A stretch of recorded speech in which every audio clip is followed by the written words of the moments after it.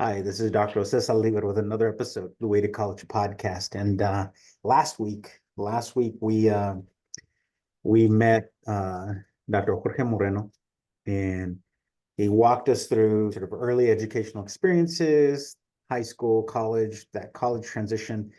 He spoke briefly about um, his graduate work, going to Princeton, how he decided to attend Princeton. What we want to do this week is because I felt like there was still so much to cover, so much to unpack with those experiences.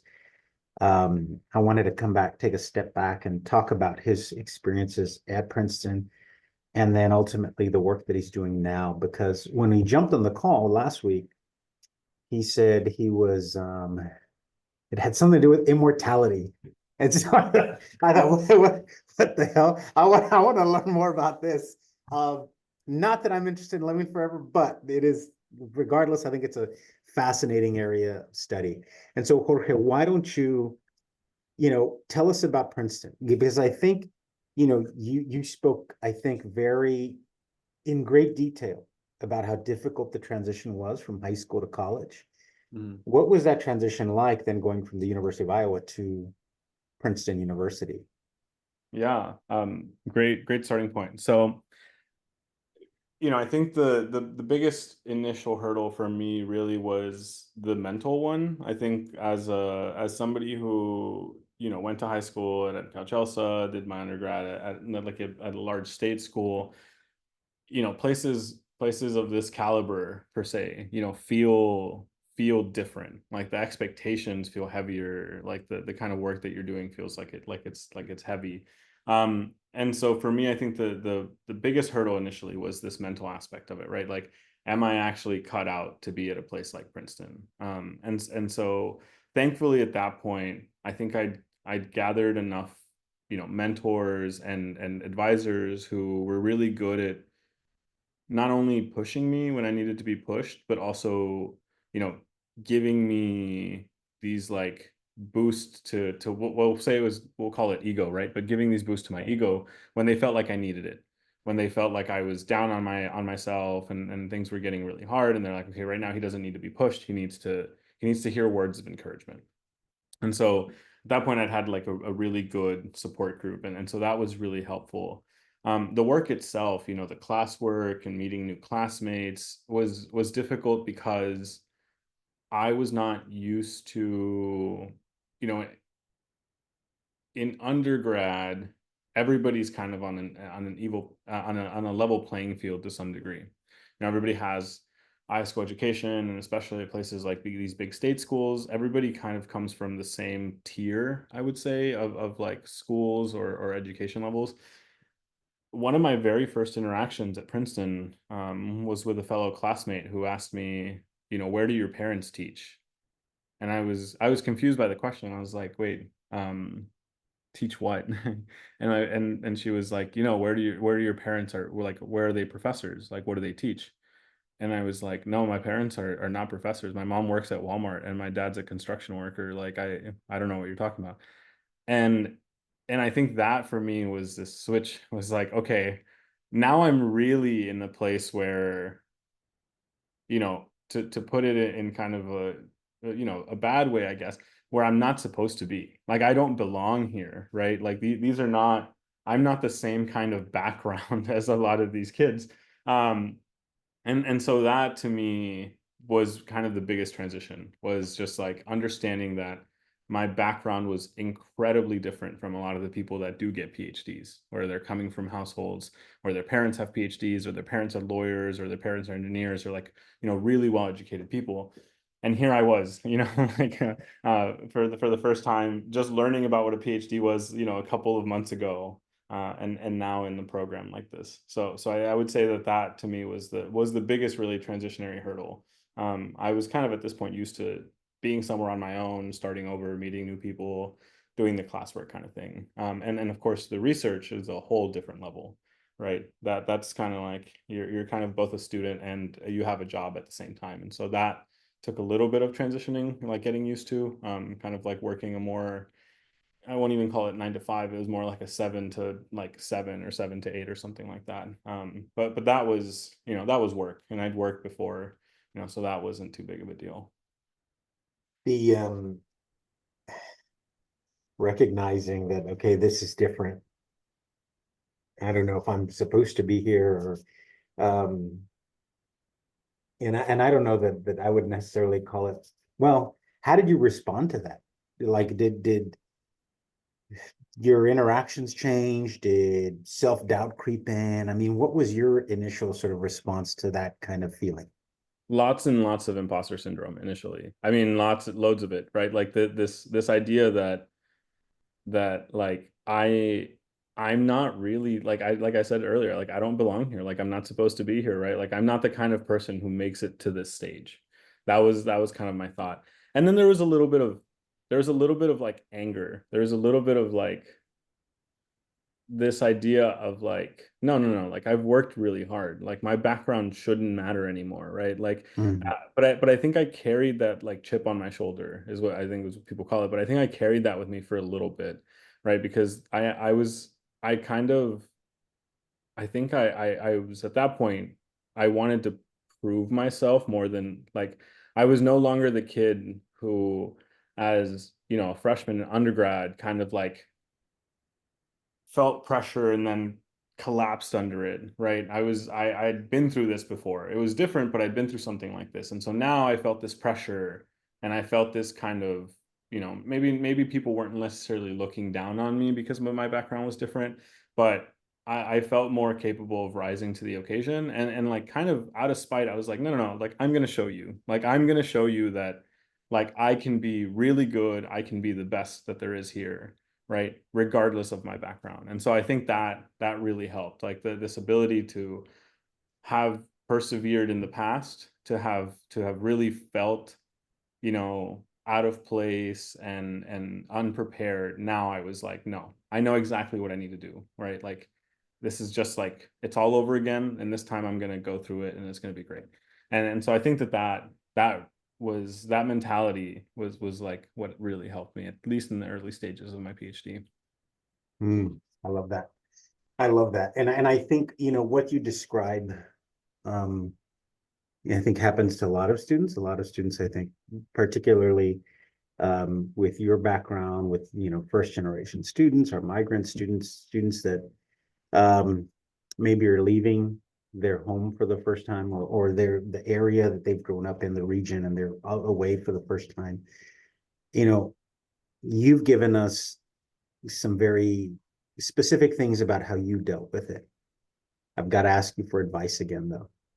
Right? What about, and you've got younger siblings, and I'm sure maybe you've shared this with them, but for a lot of our students, who maybe right now, right, we're just past the midway point of a typical college semester. Yeah. And so students might find themselves deep in the midst of imposter syndrome, of feeling um, like a fish out of water, just like I don't belong here. Mm. What advice would you give them? Yeah. I would say a very similar thing that I say to my siblings actually, right? Because they've all kind of gone through this at this point, and actually the youngest one is going through this now. But I've always told them that you've actually already worked 2 or 3 times as hard as any of these other people that are in those classes with you, right? I try to use this metaphor of climbing stairs or climbing a ladder, right? Some people get the privilege of starting halfway up the ladder with their parents giving them boosts. They've had writing tutors their entire life. They've had tutors for all these classes. They've gone to some of the better schools and things like that. You've been struggling from day one. I mean, like you've been challenging yourself from day one to get to this point, right? You started at the lowest rung on this ladder. And the fact that you are on an even rung with those kids now, right? Look back and realize that you've already put in all of this work. It's too late to quit now, right? It's too late to let yourself get down on this now. You've done this before. You've done 2, 3 times the amount of work as they have. You're gonna have to keep doing it. Like that's just the way that it goes sometimes. That's what I tell them, right? I'm like, there's no way back from this. You've already done the work, right? Like just look at where you are. The fact that you're even on an even playing field with kids who didn't have to deal with half of the things that you've had to deal with, Like you should be patting yourself on the back, and then you should get back to the grind and realize like that you are exactly where you're supposed to be. I love that. I love that. So those are great words, Jorge. You know, I one thing is you were speaking and talking about going to Princeton and doing the research, and you mentioned that you'd worked before, so you were familiar with work and working hard. You know, I can tell you from my own experience, people ask me about my experience getting a PhD, and I always tell them I have a number of regrets. I would have done it completely different. I think in my case, I went into a PhD program not necessarily knowing what I was looking for. And I think I treated it like an extension of undergrad, master's kind of thing. Mm. And I think part of that is right in college, when we sort of from the academic standpoint, we'll talk about like the hidden curriculum, right? The conversations, the language that's used at the university, the norms, kinds of things. Here you are, you're at Princeton. What were you looking for? What were you hoping to get out of the experience? Yeah, I really went into my PhD looking to, I mean really looking forward, right? Like I knew that this was just something that I had to do to get to my later stage goal, right? Which is to be a faculty member somewhere. So this to me was like a stepping stone. I was like, okay, I'm here to get this done so I can do the next thing, right? Like that's my only goal. And I think that that changed a little bit within the first year, from that mentality of like it's just a step to a learning process. Like for me, I was like, oh, I see. Okay, what am I really here to do? Like, what is this stage of this career trajectory going to teach me? And for me, it was to really learn and like home in on some of my skills. Like, what is my skill set? What defines me as a scientist, right? What defines me as an academic per se, right? And so, at Princeton, we do these rotations. So you work in the first year, not while you're taking classes. You also, sort of like intern is kind of what it's like, for like 8 weeks in different labs. So you can pick 3 different labs and you intern for 8 weeks in each lab. And the idea is that, you kind of pick labs that span different fields. So I did one lab in biophysics, I did another lab in viruses, and I did another lab in what I ended up choosing, which was more like evolutionary and developmental biology. And I kind of knew that I wanted to do that from the beginning, but it was nice to test the waters in some of these other like fields, in microbiology, for example, or in biophysics. And for me, when I was doing those rotations, I realized that I enjoyed all of the sciences, right? I wasn't like, oh, I don't like doing this. I did like doing this, and I had questions, and they piqued my interest.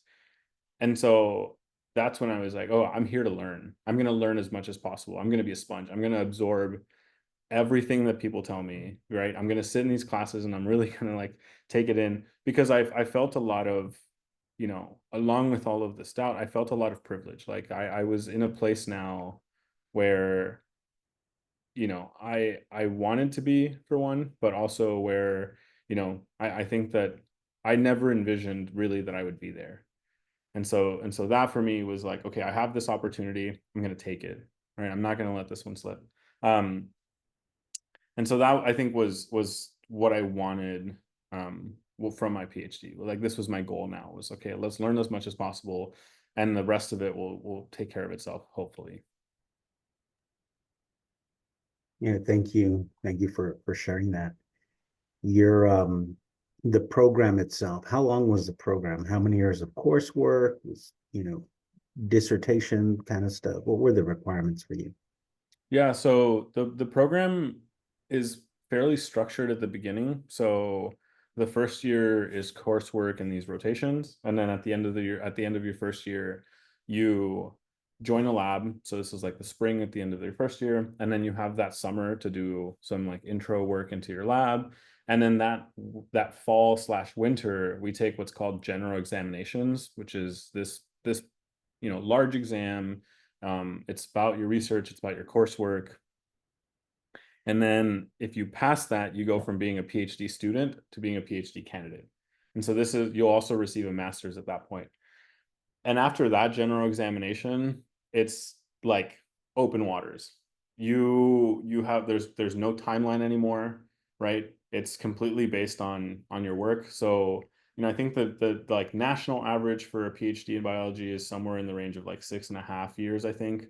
At Princeton, I think it was like maybe right around 6 years, 6.25.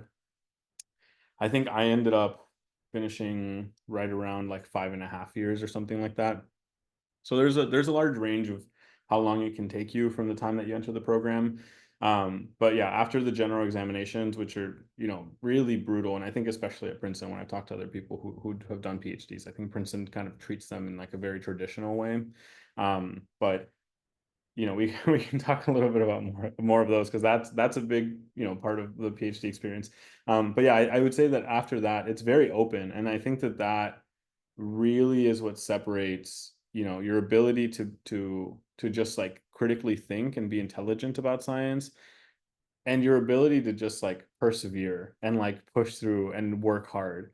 And I think that's what a lot of people don't understand about PhD sometimes. Like, it's not, I think having a PhD doesn't necessarily make me more intelligent than anybody else. Like, the coursework is the coursework, right? Like, you can go take that during a master's, and it's, having the title of doctor versus not having the title of doctor.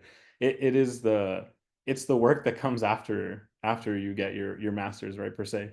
That is just you don't know. Like, you could work for 2 years on a project, and you go to publish this work, and somebody publishes a week before yours is set to come out, and now you've been scooped, and now your work means a lot less. And then it's kind of, it's brutal that it is that way. It really shouldn't be that way, but that's the way that it goes in science, right? Like, it's the person who's first who's important. um and so I had that happen to some classmates where, they worked for 2 3 years, and they were on track to, get their PhD in 5, and somebody publishes the work that they were doing before they do, and now you got to switch, you got to find a whole new project, you got to start all the way over, and now instead of being done, in a year or two, you now you got 3 4 more years to go for your PhD. And that part you just can't account for, and that's just, determination and drive, and very little like regimen for that. Oh, man. Yeah, I think I echo that sentiment. And fortunately, I didn't have to worry about somebody getting scooped. Yeah. Um, but absolutely, yeah, I remember just reflecting on my own. Once the coursework was done, then it's kind of open waters, and kind of you got to chart your own path, and hopefully you've got a good committee around you and folks to guide you, right? Now, Jorge, we talked in our first episode, we talked about your folks, we talked about how your parents maybe didn't necessarily want you leaving. Um, and one thing that I've heard, I haven't heard this too often, but from other guests who decided to pursue graduate studies, mom and dad wanted to know, why aren't you working? like you've got the degree. Why aren't you like have a job and a 9 to 5? And Yeah. did your parents understand what you were doing? Or did you get any kind of pushback or some questioning? Yeah. So it's really funny that you say this. I mean, it's a joke, right? Amongst anybody who's done a PhD who comes from these backgrounds, it's like my mom and dad have no idea what I do, right? Like, and it's, I'll touch on some very specific conversations that I had with my dad while I was in grad school. But initially, when I was going to grad school, so it was right, my parents wanted me to do med school, right? Well, once I was an undergrad and I was in biology, like, this was, I was pre-med, I was like, I'm gonna do med school, right? And my parents were like, yeah, go do med school, be a doctor. um and at some point, right, when I decided, like, oh, I'm gonna pursue a graduate school, in research instead, I told my parents, I think, once I'd been accepted to places, and I was like, yeah, this is what I want to do. And my parents were like, oh, okay, but like, med school would be better, and like blah blah blah. And I was like, okay, whatever. So they weren't super excited about the idea. And then I was going to Princeton, right? And I said Princeton, and my mom was like, Princeton? I know what that is. Like, I know where, all these other places. My mom was like, I have no idea what schools these are. So what they're doing. But Princeton was like, my mom was like, oh, I know Princeton, right? Like, and so now I think for her, it was like she could tell her friends and people and stuff like, well, my son goes to Princeton, right? Which is, the whole thing. And so I think that they were a little bit more on board with the idea when it was this kind of like very prestigious school. Um, in terms of like explaining to them what I was doing, it's difficult because like the first year I was there, it was school, right? It was coursework, it was rotations, it was a lot of like learning trials and stuff like that. And so, I'd call my parents and they'd be like, oh, how was school today? And I was like, oh, it was good. I had this class and this class, and I have exams coming up and this and this and that. Once I hit like second, third year, I'd call my parents and my dad's like, how's school? And I was like, well, no, I don't have school anymore. I'm like, I work now. And my dad's like, okay, where do you work? And I was like, well, at the school. And my dad's like, I don't understand. He goes, why are you're working at the school? And I was like, well, I do research, which is like a job. So I go to my job every day, right? And I do work. It just happens to be at a school. And my dad's like, yeah, I don't know what you're doing. He's like, I don't know. Like you're at a school, you go to school. You go to, I don't know. Like if you don't work at a school, I don't know, whatever. And I was like, okay. So that was hard to explain. And then on top of that, you have to explain the research that you're doing, the science. So my mom would be like, so what did you do today? And I'm like, well, I did PCRs, I did some computational work, I did some bioinformatics, and mom was like, I don't know what you're telling me. Like, I don't know what you're talking about. I was like, well, I work in genomics, and my mom's like, I don't know what that is, right? And so I had to learn a lot of my science in Spanish to be able to even communicate with them some of the stuff that I do. I'm like, yeah, like I'm like, I study like las genomas de los animales, and my mom's like, okay, and like, why do you do that? And I was like, dang, okay, well, now I got to go back and learn all of my like the things that I do in justifications in Spanish. And so, that was a whole trip. And I think when they went to my defense, it was, the whole defense is pretty much in English, right? And so I give this defense, and my parents understand like pretty good English at this point now. But the science is, I mean, it's a PhD level science, right? So I'm sure for the most part of it, they're sitting there thinking like, I don't know what you're talking about, but you're up there in a suit and you're giving a talk, and people are listening, and at the end of it, people clap, and so we're proud of you. I think that's how it goes. And now it's a little bit easier because now I really do have a job, right? Like now it's like I'm not at a school. I'm at this institute, and it's more of a job kind of thing. And so now my parents are like, okay, you make good money now, which is nice. And you work a 9 to 5 kind of. And so they're like, now we just know that you're working somewhere in Kansas City. So yeah. So you finish your work at Princeton. Mhm. Now, what came next? I mean, what does, because, you've shared that you wanted to be a faculty member, a professor somewhere, but you're working at a research lab. And so what was that process for you? Was it something, and was it something you made in isolation, or did you make this decision in conversation maybe with your faculty advisors, your committee? What was that process like? Yeah, yeah. So when I was like in the last year of my PhD, which is kind of tough to know, right? You don't have this regular timeline, so it's not like, oh, I know I'm graduating, May of this year or something.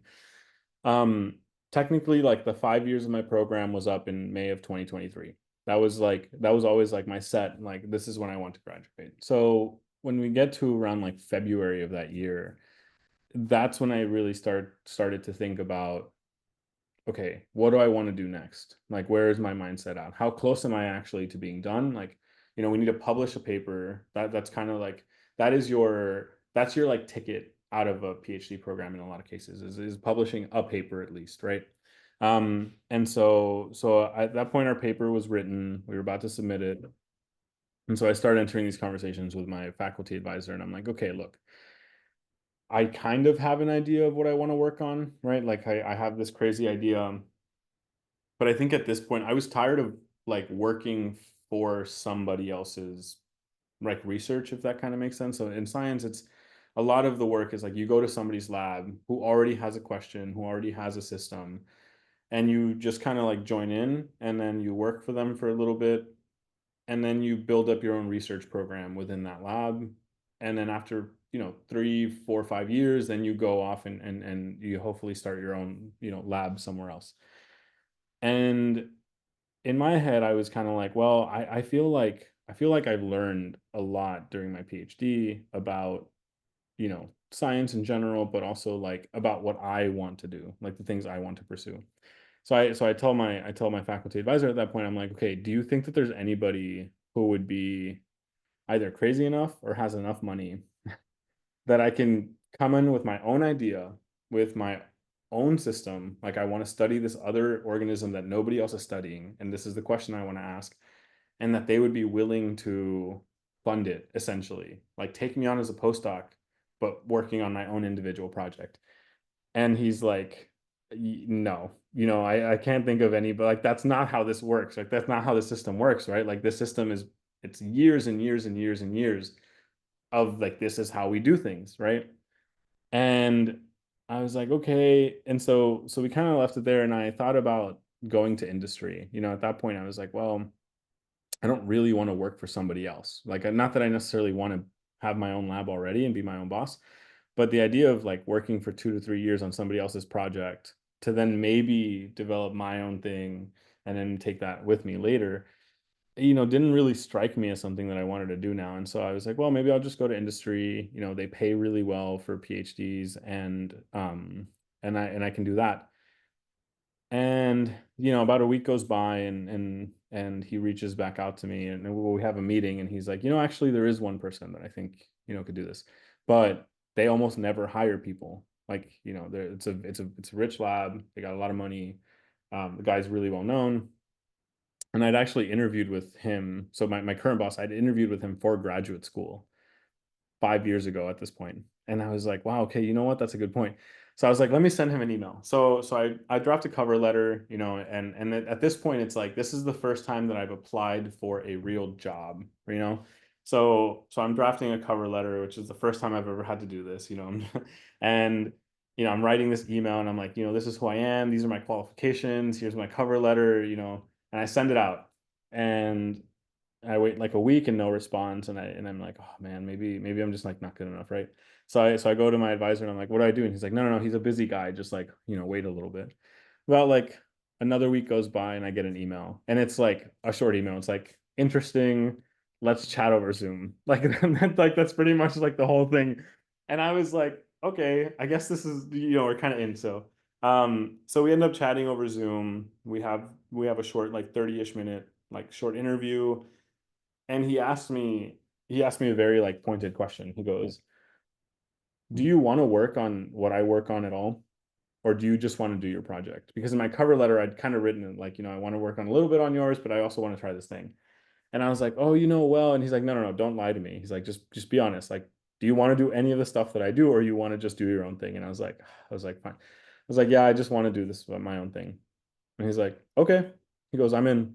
He goes, I'm gonna bring you out for like an in-person interview and we'll go from there. And I was like, okay. I was like, we're doing this, you know? So I come out for the interview. I think the interview goes great. I really like the institute here. I like the Midwest enough. I think Kansas City is like decently sized. I think it's got everything I need. And I have, you know, what I feel like is a very, very special position at the moment. Like, I think not a lot of postdocs get kind of this level of funding for an individual project that it's like their only work. And so you know, again, I feel like at a lot of these stages of my career so far, I've been very lucky to find people who have really, you know, bet on me, right? Who have believed in what I can do, maybe in a lot of times more than what I what I believe I can do. Um, and they just give me the time, space, mentorship, money, resources to do it. And so I think I've you know, come into another one of those situations, and I'm very grateful for that. So it's a little different than I think most postdocs, but the idea is the same. You know, I'll be here for a couple of years. The hope is to, you know, really build a system that I can use to ask these questions in, and then hopefully go off and have my own research program at some university where I can, you know, have graduate students and postdocs and do this mentoring to them as well, and help them, you know, turn that into their own jobs, hopefully someday.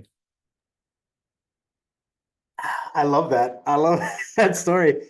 One, because I think like so throughout your story, going back, you know, to the first episode, we talked about, and I think one thing that we never, yeah, I don't see enough of this when we talk about first gen students. We talk about students that are kind of, in many ways, our first gen students are like trailblazers, right? You're cutting a path for those that are coming behind you. And so the other thing that I love about this is, well, to hell with the norms. Like we don't know what we shouldn't be asking, right? We don't know what we don't know. But I also feel like that gives us the space to kind of ask these questions and say, well, why can't I do this? Oh, well, that's not the way it's done. You know, Yeah. had you not asked that question, had you not spoken to your advisor about this at all, you wouldn't be where you're at. You wouldn't have had this opportunity. You know, and I think we forget about that, right? I think sometimes when we're thinking, even when we are sitting with ourselves thinking, I'm a first gen student, sort of I don't know my way forward, but I also feel like, man, it gives you a kind of license to kind of ask anything and to push boundaries a little bit and maybe cut new paths that outside of the norm. So Yeah. congratulations to you, Jorge. It sounds Oh, thank like you. a great opportunity.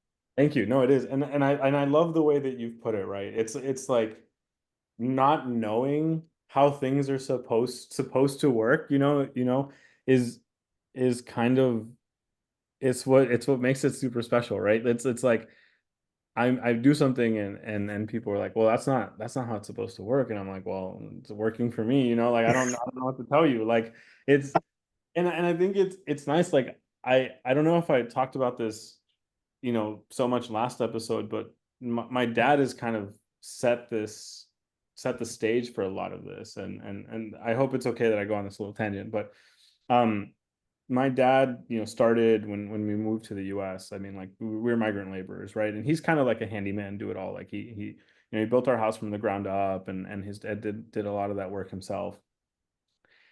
And I remember one time my dad bought a welding machine, and my mom was like, why would you buy a welding machine, right? Like you don't know how to weld. And my dad's like, I'm gonna learn how to weld. And he did it. Like he learned how to weld.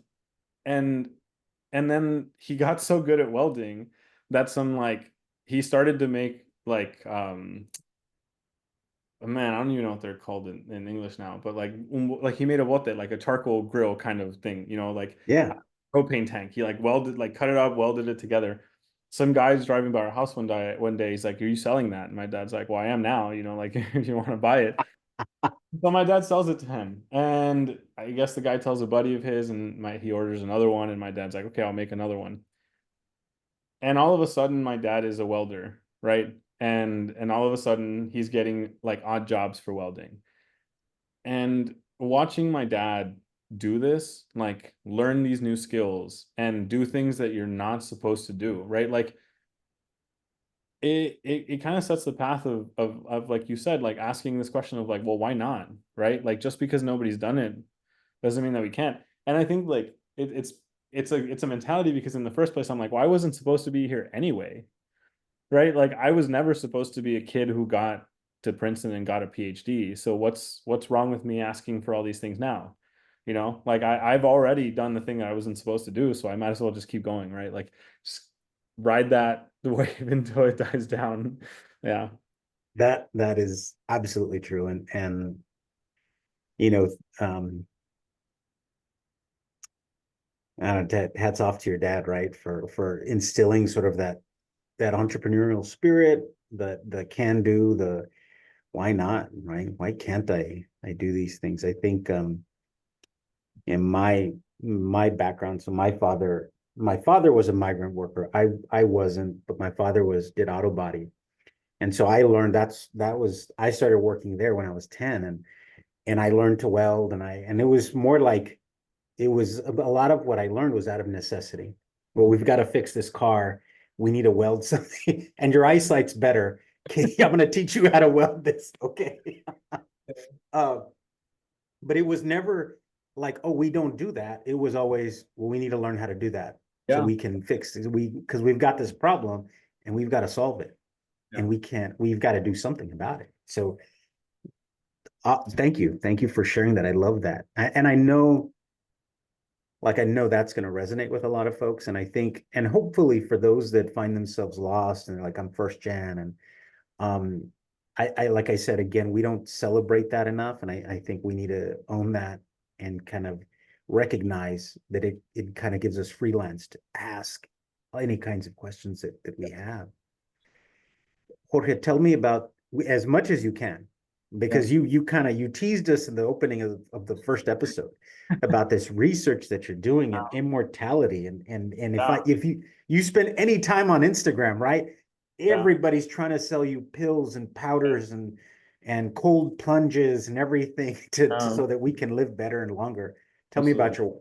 Yeah, this is I love, thank you for giving me the space to do this. I love what I work on. I mean, this is like my brainchild. I've had this like, okay, so I'll kind of start from the beginning of what the research is, right? So I work on this tiny jellyfish. I mean, like it's like 2 to 3 millimeters in size. It's tiny, it's almost microscopic, right? Like and and it has this incredible ability to escape death is the way that I'll put it, right? So essentially it goes through a normal life cycle, right? So this jellyfish, starts as an egg becomes fertilized, it grows into this larva, and then this larva gives rise to a colony of what are known as polyps. And these polyps are these like little tentacled heads that essentially filter feed. So they're in the ocean and they just like kind of wave around, and zooplankton, phytoplankton will come in, get trapped in the tentacles, and then that's what they feed on. At a certain time of the year or under certain cues, they begin to bud off actual medusa or these jellyfish. And these medusa are free swimming, so they can move around the ocean, they can go wherever, and they'll essentially release their gametes into the ocean. So they release the sperm and the eggs, and that continues the life cycle, this like regular cycle. And that's the life cycle that's true for almost all of these like hydromedusa jellyfish. But the jellyfish that I work on, which is known as the scientific name is Turritopsis dohrnii, it has this extra life cycle, if you will, where as an adult, when it's stressed, and I mean like under ridiculous amount of stress, let's say you put this jellyfish into a PhD program, right? What it will do is it will revert itself. It'll just go backwards in development, and it'll turn itself essentially back into this large clump of cells. And it goes through some processes, but it essentially goes back to being this large clump of cells, and this large clump of cells gives rise to a brand new polyp, a brand new one of these hydroid structures that will then bud off thousands more medusa. And so it's been commonly referred to now as the immortal jellyfish because it can escape death. So Wow. And this stress can be a ton of things. So UV damage can do this. If you cut them, if you wound them large enough, some predator comes in and takes a chomp out of them. Or when they start to get really old, when we age, we start to lose like DNA integrity. We begin to have like telomere shortening. Your proteins begin to destabilize a lot quicker. And all of these have deleterious effects on us, like as a whole, right? Your cells kind of begin to die because of these effects. And we can't replace them fast enough. And so what these things do is, instead of trying to figure out a way of replacing their cells fast enough, they're like, well, screw that. Let's just go back in time, and if you're young again, then we don't have to deal with these problems anymore of old age. And I like to say that they're essentially Benjamin buttoning themselves. If you've seen it, if you've seen this movie at all. So they're just aging in reverse, essentially. And it's a super fascinating process that has specifically intrigued me for a long time. I've always been interested in this like larger field of like regeneration and aging, not so much because I want to live forever, right? Nothing like that. But I just think that it's such an incredible concept that animals can regenerate, that they can regrow all of these structures, and to have an organism that can just say, I'm going to go back to being a ball of cells and turn into a brand new structure. I mean, like, I'm going to replicate a structure that I used before. It biologically is just super intriguing to me. It's such an intriguing concept that I really would like to understand. And I think that ability to be curious about things like that, and to then study them, I think is what drives me. And something like this work could have a ton of medical relevancy, in the future, going forward. It's not really what drives me. I think I've always been the kind of person who's just curious. And I think that in this case, it's kind of what's led me to this point, is just this idea of like, I think this is cool and I want to understand, why it does this. But it is incredible. It's an incredible little feat that this tiny jellyfish can undertake. I mean, that's fascinating. That is, and I've got to know, when did you first become aware of the jellyfish? I became aware of this. Man, it was sometime. It was either like high school or college. So I used to watch Discovery Channel like all the time, right? And they always had these like segments on like, weird animals or whatever, or like cool animals in different places. And I've always been fascinated by these like really strange animals, right? Because there's such a large diversity of animals on our planet, and things can do such crazy feat, like they have such crazy adaptations to different parts of the world. And so I remember on Discovery Channel, they like a very kind of like rudimentary Passover, like, oh, there's this jellyfish that can live forever. And I remember thinking, I was like, okay, cool. So I go, and again, I don't remember if it was high school or college, but I remember going and like looking this up on a computer and be like, okay, what is this? And like, why does it do this? And people are like, yeah, we don't know why it does it. And I'm like, oh, okay, cool. And then I don't really think about this so much anymore, right? And then I start doing research and I start working on these snails in undergrad, and they can regenerate. So I start thinking about regeneration of them, and then eventually I start, thinking about, okay, what do I want to do my PhD in? So when I think about that, I think about this jellyfish again. I'm like, oh, I wonder if anybody's studying this jellyfish. Maybe I do my PhD with them. Nobody was studying them at the time as a lab. And I was like, wow, crazy. And then, so I go do my PhD on what I end up doing it on. And then at the end of my PhD, it pops into my head again. And I go, well, somebody's got to be studying this now, right? Like somebody's got to have a lab on this. And I, sure enough, I look, and there's no real like research, like big research program studying this. And I'm like, maybe this is my path, right? This is what this idea is from all these years ago. Like maybe this is what I'm supposed to be doing, right? Maybe this is what I'm supposed to go and study. And so again, I think it's kind of atypical, the way that I've kind of fallen into this work. But like, as long as it keeps like working out for me, I'm just gonna keep going with it. So I've been now, kind of not all over the world, but the places that I never really thought that I'd end up going. So when I started this job, I was here for a month, and then almost immediately I was in Panama for a month, because that's where you can collect these jellyfish in Panama. And so I never thought that I'd be in Panama. I never thought that I'd be on this tiny like little island off the coast of Panama on a boat, scuba diving and like beautiful reefs, and seeing all these incredible animals around me, trying to find these tiny jellyfish. But there I was. And so I was like, yeah, this is crazy. A graduate from Chelsea is like doing all of this stuff now. That is awesome. That's awesome work. And Yeah. it's funny, we never anticipate where our journey is going to take us, or right, like you said, this graduate of EdCal, also scuba diving in Panama, collecting jellyfish. I love that. You know, Jorge, one, congratulations on the work that you're doing, and everything that you've accomplished. I'm sure your parents are incredibly proud of everything that you've done. But you mentioned in the first episode, right? You were the first of several siblings. Tell us briefly about those that came after you, and what are they doing? Because you kind of set some lofty expectations. I think you set the bar kind of high for them. But what are they doing? Yeah, I mean, honestly, I could take a whole episode to talk about my siblings and how proud of I am of them. I mean, they've done incredible things for themselves, and I think for me, they're all doing.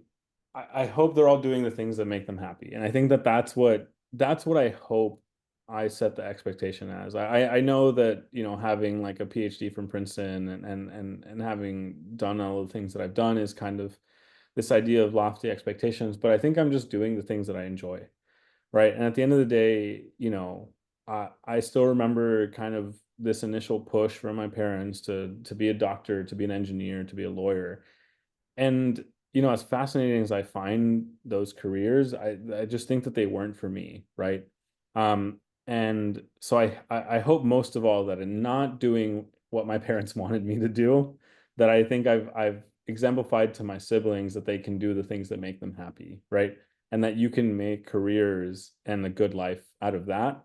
And so, you know, with that as a little primer, I always tried to not pressure my siblings as much into say doing things just because they came with prestige, right?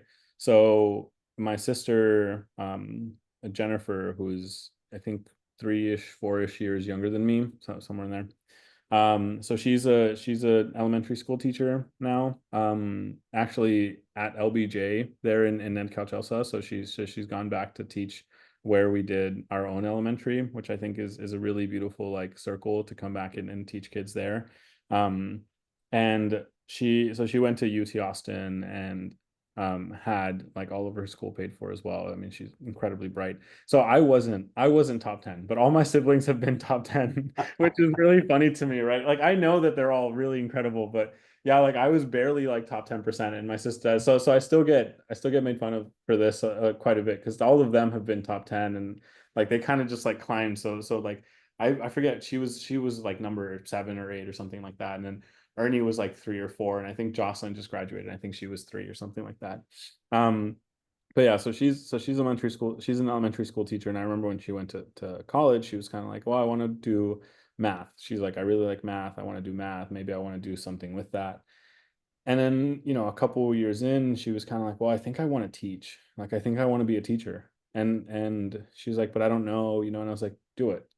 It's like, why wouldn't you want to do the thing that you want to do? And you know, and she's like, well, I don't know, like mom and dad are gonna think like I need to have this like career or something. And I was like, no, I was like, you do like this is your life. You do the things that make you happy. Like if you want to be a teacher, go for it. Like nobody's going to think less of you because that's what you've ended up doing. Like if anything, like I'm super proud that you're going to go back and you're going to make a difference in kids' lives, right? Like teachers are the reason why I'm in the position that I'm in. So like go back and have a positive influence. And she's a fantastic teacher. I mean, she's incredible. Like every year gets a ton of praise from all of the parents, and I see the work that she puts in and the care that she puts into each of the students, and so I'm incredibly proud of her for that.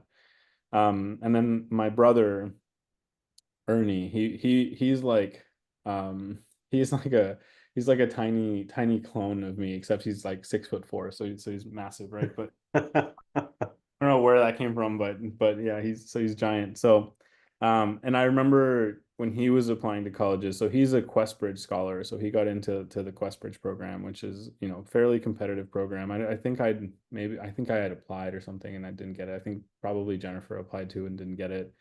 And so he applied and got it. I mean, he's super bright. And yeah, he's like he's a big giant like teddy bear is what I think of him. You know, he's incredibly smart. And I remember when he was like going through the Questbridge program, one of the schools on his list was Princeton. So I think his number one choice was MIT at the time. And I secretly was like, I was like, come to Princeton, but I didn't want to say that, right? I didn't want to Yeah. be like, Princeton, like, don't, because for me, it would have been great. I mean, and it was great when he did come, and I was like, and I was like, well, you'll have, you know, I'll be your support system here and stuff like that. But I didn't want to influence his decision, right? I wanted him to make the decision that he wanted to make. And so I think he ended up putting like MIT as his number one choice. And I was kind of like, okay, well, you know, if that's what you want, that's what you want. And I don't know exactly what ended up happening, but I think like MIT waitlisted him, and so Princeton accepted him, and so he like matched with Princeton, so he has to like come to Princeton. And so I still remember we were on a family Zoom, right? Because I'm like not there, and I think my sister at the time was still in Austin, and so we're on a family Zoom call when he opens his decision letter, and it's like, confetti on the computer thing falling down, and it's like, you know, I'm trying to read through the thing and like just find the school, and it's like Princeton is right there, and he's crying, my mom's crying, and like, oh, we're all super excited. And then yeah, that summer after he graduated, he like moved in with me. So he came in like the summer, he came did like a summer semester first and lived with me for that summer, and it was great the whole time having him there, and I'm super proud of him. And now he was at Amazon this past summer doing an internship. So he's majoring in like computer science, like software engineering type stuff. And so he was there for a summer to do an internship and got a return offer. So he's going to be moving to Seattle after he graduates in May to start Wow. the job. And I mean, he's gonna have a great life in Seattle. Like I'm super proud of him for that. And then Jocelyn, I mean, Jocelyn's the baby of the family, so it's kind of crazy because we have an 11-year difference, Jocelyn and I, and so I really watched her, grow up from a baby, like a literal baby, to what she is now, right? A very like strong, independent young woman, who's very, very capable, and for the longest time now, um, it's really funny because when she was like starting high school, she was always like, I'm not going to go to college. I'm not going to go to college. Like college isn't for me, right? And then at some point, she got really involved at Ed Calcelso with I forget the name of the organization, but it's a lot of like volunteering, a lot of spending time like at food shelters and donating things and stuff like that. And she got really involved with this and got really into like human rights and into all this stuff. And then at some point, she just kind of like, I think I want to be a lawyer. Like I think I want to go to law school, and I think I want to work to like help people who are in situations like this, and especially like immigration law and stuff like that. And I was like, okay, I was like, if that's what you want, like we can help you get there, right? Like you got to go to college and then you got to get to law school. And so yeah, it was a whole ride. Now she had three older siblings who had all been through this process, helping her, get her application material like ready to go, and guiding her through all these things. And she ended up my last summer in Princeton, she ended up at this like LEADA program. It's like I forget what it stands for, but it's like a leadership kind of development program, and they really help you kind of like prep stuff for college applications and things like that, and they help you pick schools and stuff. Funnily enough, though, the program takes place in Princeton. So for one summer, she's in Princeton, my brother's in Princeton, I'm in Princeton, and we're all there together. And it's just so much fun, like to see my siblings, growing up and being able to see them, as their own adults, like living their own lives now, and being proud of like what they've accomplished. And so yeah, so now she graduated in May, started college at Stanford University, and I guess they start a little bit later. So I think she started like sometime like late September, I think, or something like that. Um, and she's having a good time there. She's making friends. She's taking her classes, living her best life out in California. And so it's so much fun. I mean, like I can't wait to take the time to like go out there and like visit her and see the campus. I've never been to Stanford, so see the campus for myself at some point. And this place that it's really funny. I was rejected from Stanford for undergrad, and I think I didn't get in there for graduate school either. So I'm just like, I was so salty about it. And then she got into Stanford. I'm like, okay, now I like Stanford. I like Stanford. Um, and so just this like sibling appreciation and love like really much trumps my own like personal vendetta against Stanford for now. But no, I mean they're all like, I think they're all like incredible people in their own right. I think that they've all gone through so much, and we've like all kind of had like a little bit different upbringings, right? Because my parents have changed a lot during the time that I started going to college and the time now that Jocelyn's going to college. And so, now that it's been like Ernie, that when he was in Princeton, like my parents have gone out to visit Princeton. You know, they went out to visit when he was a first year, and I was like, dang, you guys never like visited me for no reason, you know. My mom, well, it's because you're both here, so it's easier. And I'm like, yeah, sure, you know, it's because it's Ernie. Um, and so yeah, it's just nice. I mean, like my parents have the ability now that, you know, my mom went with Jocelyn when she was doing tours of these schools. I never toured a school outside of Iowa, you know, like that. Yeah. Maybe that's what decided it for me. I think Ernie got to do some tours, Jenny got to do some tours, but Jocelyn like went to like every school that she wanted to go to. She like got to tour. And I was like, this is so different. You know, this is like the what all the kids get. You know, all these kids who grow up in these families that are like, yeah, you know, like, you know, you're going to college. It's like they start touring schools and like, where do you want to go? And we'll go everywhere. You know, we'll make little vacations out of it. And it's just really nice that like we've come to this point where you know it was not so much an expectation that she would go to college, but that if she wanted to do that, that she was going to have all the support she needed to not only get in, but to pick and then to succeed and then do well while she's there. Jorge, congratulations to you. Congratulations to your family and all of your siblings. And congratulations to your parents. Because clearly, you know, it has to start somewhere, and you know, that in the environment that you described, and you know, I'm sure played a huge role in all of your success, and then you to sort of lay the groundwork and you know, show your siblings at least that it can be done, and that they can have success, and remind them that they've done the work to get there too, I think is incredible.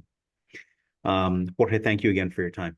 Thank you for your story. Thank you for sharing all of this with us. I'm eager to share it. I'm eager to put it out into the world, and I know it's going to resonate with a lot of folks. So so thank you again.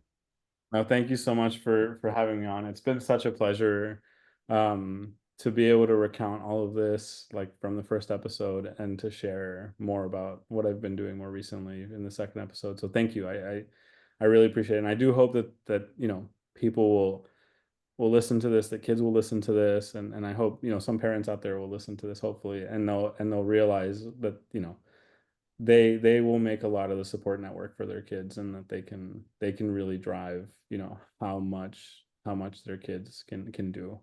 Absolutely. Yeah. Absolutely. Jorge, again, thank you. This concludes another episode of the Way to College podcast. Thank you to our guests. Thank you to all of our listeners out there.